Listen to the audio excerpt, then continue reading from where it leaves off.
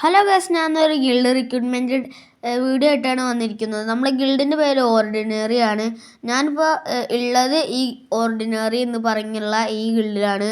നിങ്ങൾക്ക് ഈ ഗിൽഡിൽ കയറണമെങ്കിൽ വെറും സിമ്പിൾ റൂൾസാണ്. 50 ലെവലും പിന്നെ BR ഡയമണ്ട് അടിക്കണം. പിന്നെ CS ഹീറോയ്ക്ക് അടിക്കണം. അതാണ് നമ്മളെ ഗിൽഡ് റോൾസ്.